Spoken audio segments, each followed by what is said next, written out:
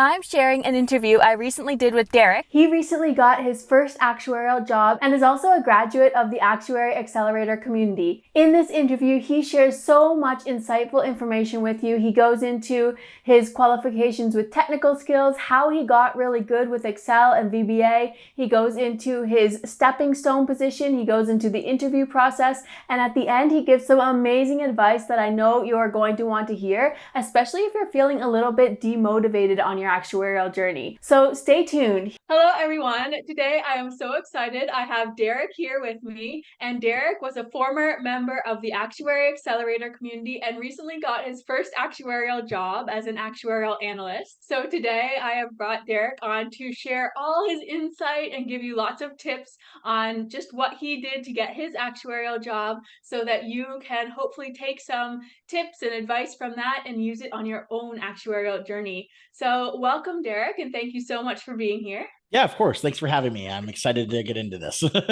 All right, so the first thing I'd like to go through is just a really quick summary of kind of your background and your qualifications before you got your actuarial job. And we will dig in a little deeper on all of these, but let's just do like a rapid fire type thing and go through a few questions here. So what was your education level and like what degrees did you have before getting the job? So I have a bachelor's in mathematics without any specific track. I did take a couple actuarial classes at in college, but I didn't have a specific program for it really. And I also have a certificate in risk management and insurance as well. So I don't have any sort of graduate degree, just the bachelor's. And if I'm understanding correctly, you got this job several years after you had graduated, right? Yes, that's correct. I just got the job like a month, actually 2 months ago almost now. So Right. Okay, yeah. awesome. So then let's talk about exams. Which exams did you have passed when you got the job? So I had also I'll say sorry. I graduated in December of 2019, just so for people's like that way they can kind of place together where they're at in the process. But Yeah, so that's great. for exams, I had exam P and exam FM done. I passed both of them with sevens, so nothing crazy, but comfortable. And I did take exam P twice. But exam FM I got on the first try. Awesome.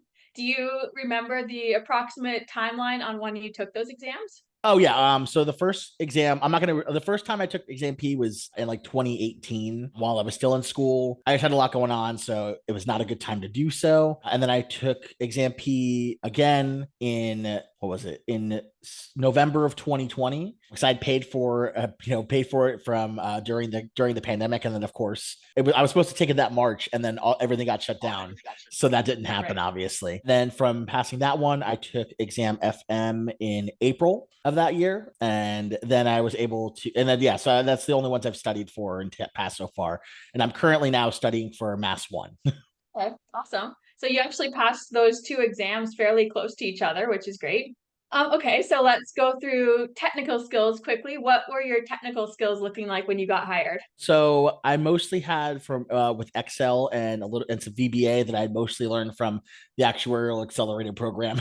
um, and I also had some Python experience from college. And I had, I going into the interview, I touched it up a little bit. I went back into Python and just messed around with it a little bit to remember some stuff. Those were the main ones that I had going in. And yeah, so nothing too crazy, but just the stuff that you talk about in the accelerator program that are the main two, specifically Excel and VBA, obviously.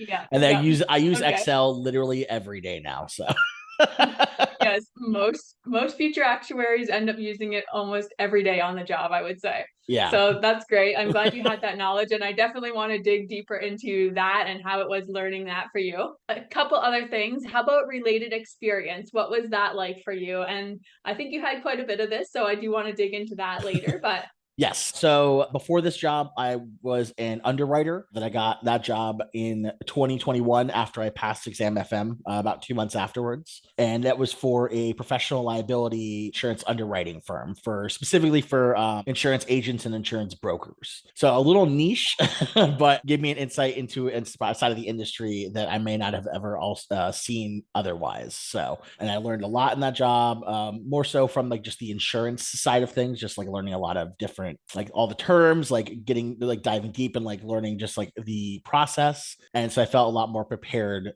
coming into this job now, just having had that experience as well. Instead of, if I had had my previous job before that, like working in a brewery would not have helped me as much as, working in an insurance firm.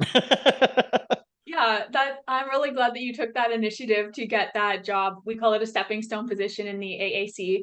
And I imagine that that was a really big contributing factor to helping you gain the qualifications you needed, especially if you were working in a job that would probably be a bit more hard to relate to the actuarial career later on. So that's awesome. Yes. Yeah. Okay. My current boss actually talked about how he specifically, like, I stood out to him, my like resume specifically because I had this type of insurance that I had. So if you get, if it going into a niche field within the industry is not necessarily a bad thing, since a lot of the stuff you learn early on is very broad anyway. So Yeah, I would say not at all. It's like you specifically really appealed to that one employer, but Mhm. at the same time, the skills that you learned and everything that all the knowledge and experience that you gained was still going to be really relevant to a whole bunch of other actuarial employers. Exactly. Okay, so great. Now we have a bit of your background information. So, how did you go about getting into your stepping stone position as an underwriter? What did that look like for you? So for me, it was right around the time I, passed exam FM. I decided that since I was in the program at the time, that everyone talked about the stepping stone position. I think at the time, if I'm not remembering incorrectly, there was someone you had interviewed who was an underwriter, which at the time I didn't really even know that was a position before realizing it was a stepping stone job. So when I was applying for jobs, obviously I wanted an actuary position, but I just didn't think that would happen without the experience.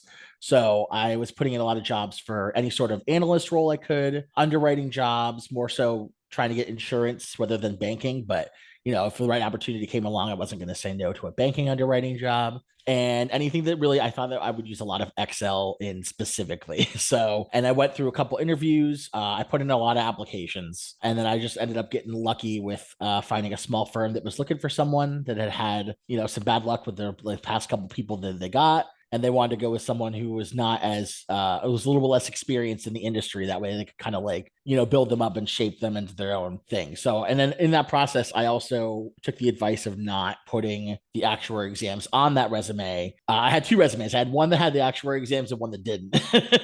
And that one I applied to without the actuary exams, obviously, just because I didn't want them to realize that it was a stepping stone job. And I liked the company. It was great. And I would have stayed there longer if they had the opportunities for me that I was looking for. But it was a very small place. There was maybe 5 employees. They were the managing general agent for a larger carrier. So it was, I would have had opportunities through my boss probably, but it's a little weird to go to your boss and be like, hey, I don't want to work here anymore.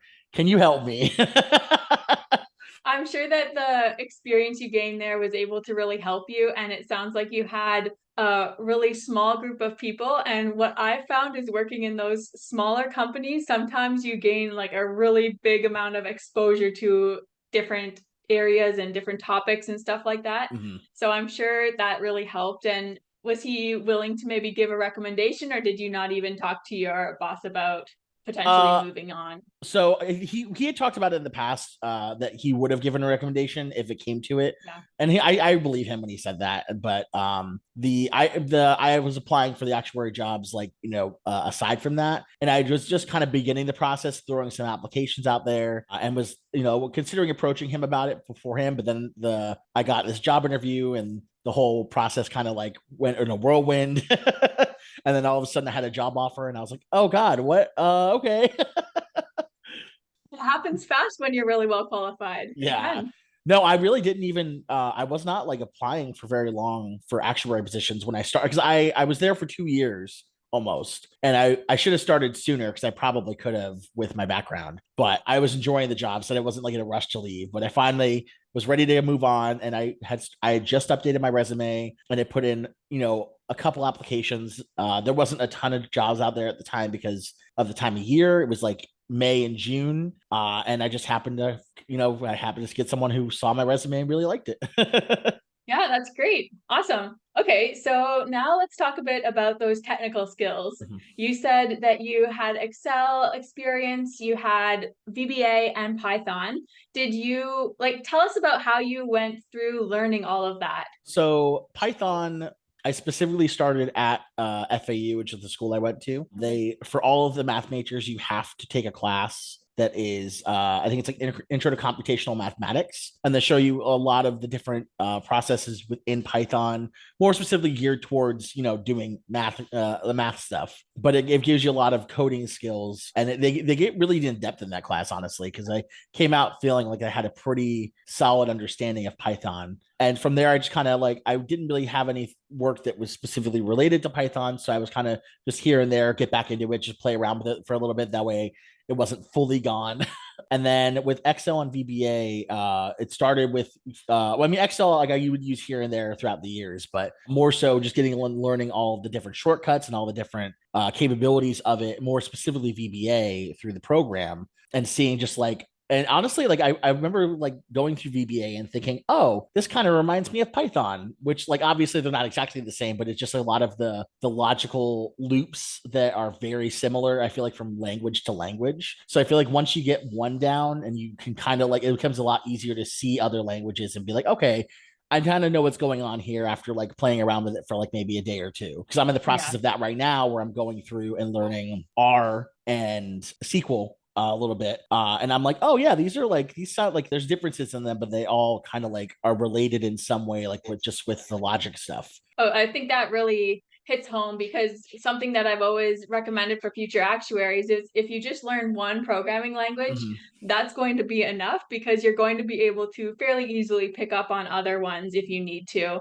And if you have one, you can just explain to employers that you have that background knowledge in one programming language and you're confident that you'd be able to pick up other ones that they may use. So even if they don't happen to use Python or they don't use much VBA, the language that they do use, you're probably going to be able to pick it up pretty quickly if you just have background in one. So that's great. Yeah, and most companies, I feel, I mean, I don't know what other companies are like, but at least my experience with this one, for the first like week or two, they sat me down. They're like, okay, hey, like here's like some little projects that to work on, like, and they're if you do it wrong, it's fine because it's not going to mess anything up. But this is going to just teach you our process and teach you like some of the skills that you need, like in languages that you might not know. And that was like incredibly, like, like I said, I hadn't seen R before. I mean, I'd seen R very briefly at times, but I went in not knowing much about it, and now I feel like I'm pretty confident, even though I'm not, I'm like 2 months into this job. Yeah, that's great. Quick learning curve there. Did you end up doing any of the Excel projects in the Actuary Accelerator community? Yes, I think that there was. I remember. I think I only went through one just because life. But I remember there was one where it had like 9 or 10 different classes, quote unquote, like where you had the videos for like maybe like 45 minutes to an hour for each one. And I went through all of those videos and then I think it was like 2 little projects at the end.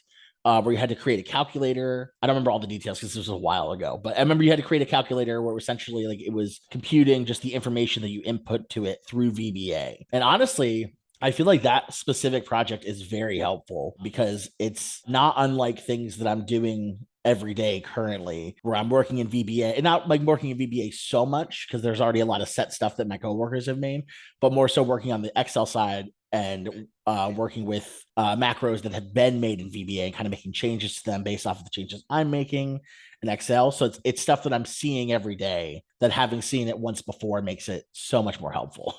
Yeah, that's what we really tried to do and still try to do with those projects, is make sure that you're learning Excel, but you're also getting exposure to actuarial work that you might actually do on the job, right? So that's great. I'm glad you found those helpful. And was that something that you talked about during your interviews at all? Because I've heard from other members that that was often a big topic during interviews, is having that experience in Excel doing these actuarial projects. Yes. I mean, I wouldn't say that my interview was super technical, but I will say that there was questions about just like, like my experience with these programming languages.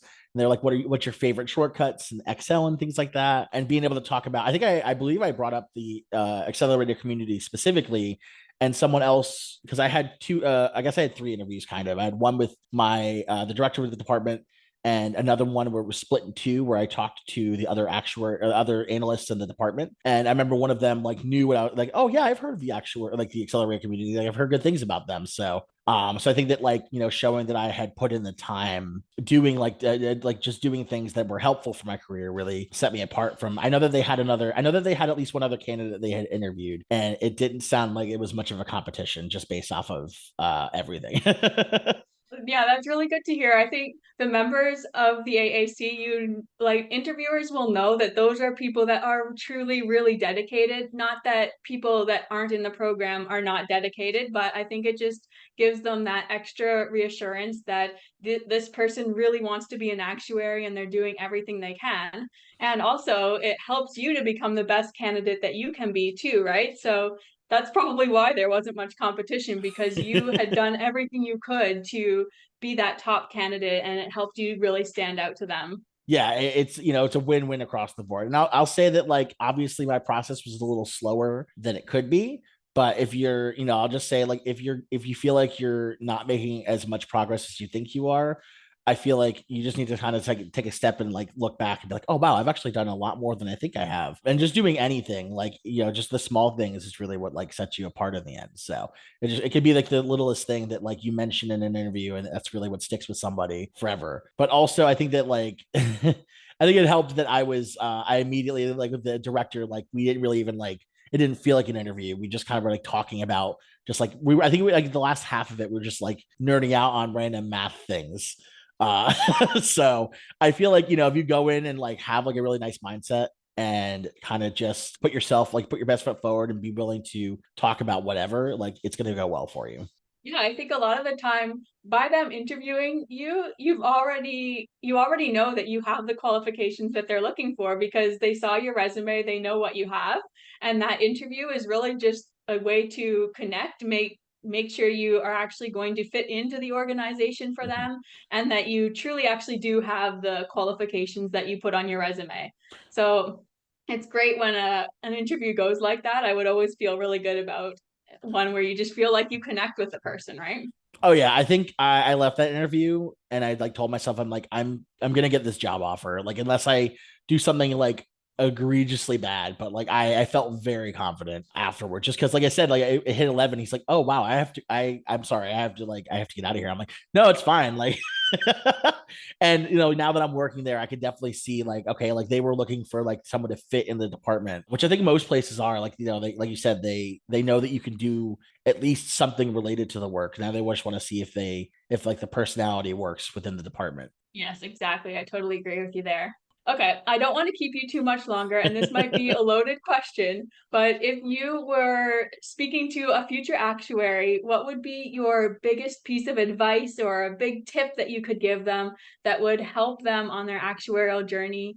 Let's say this person is feeling demotivated, they're just not sure if this is going to work out for them. I would say that to that person, feeling demotivated is just part of life. Sometimes there's gonna be moments where you feel like you're not doing what you need to do, or you feel like life has you defeated, and you might have like a lot of stuff going on that makes you just feel like, man, I don't know if like I can really like do what I need to do here. And I've had those moments in my life a million times. I Me and too. yeah, a million so many times. But I think that it's very important to sometimes you have to just like tell yourself, like that voice in your head's like, no, I don't want you, like you're not going to do good, like you're doing bad, like you should, like you're never going to do better. Like even if you don't believe yourself, just tell yourself that the voice is wrong.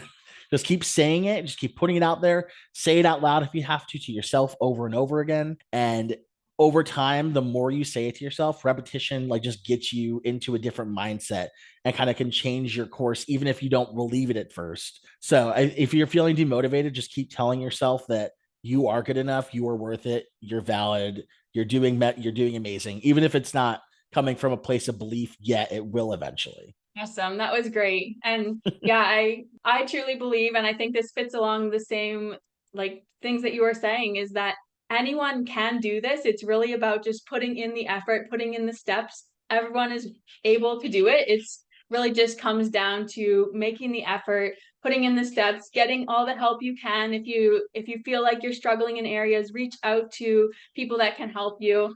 And I think earlier in the interview, you said something too that I just want to really make sure stands out to people in that situation is that sometimes it feels like you're not making much progress. But if you look back at all the progress you've made from the very beginning, it's probably a lot more than you really feel like you made. So, great advice there, Derek. Thank you so much. Yeah, of course. Thanks for having me. I enjoyed being able to talk to everyone and hopefully they feel inspired by this, and hopefully Oh, they realize that they can do it. Especially since I think that like the hiring season's kind of coming like right up around the corner, if I'm not mistaken. So it's that time of it year. certainly is. I think this will be perfect timing for that. So thank you very much, Derek. We really appreciate it. Yep. Thanks for your time. Have a great day. So that was the interview with Derek. If you would like to become a member of the Actuary Accelerator community so that you can get step-by-step advice and support and guidance in becoming a top candidate for actuarial jobs and get your first entry-level actuarial job, then check out the Actuary Accelerator community. It is open right now, and I will leave a link to all the details right below in the description.